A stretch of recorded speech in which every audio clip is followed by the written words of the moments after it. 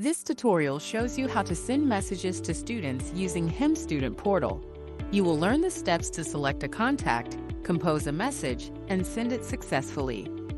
Select a contact to open their profile. In the contact profile, scroll down to Activities, then click on the Messages tab. To send a message to the student, click on Send Message. Add a subject for your message. Type your message content in the message box. You can attach a file to your message. Once complete, click on Send. Message sent successfully notification will be displayed.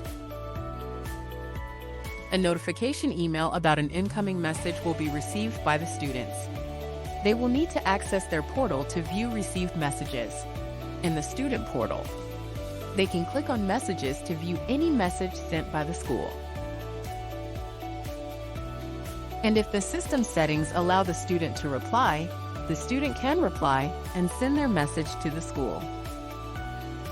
This tutorial demonstrated how to send a message to a contact through the HEMSP Student Portal, including composing, attaching files, and understanding message delivery and reception.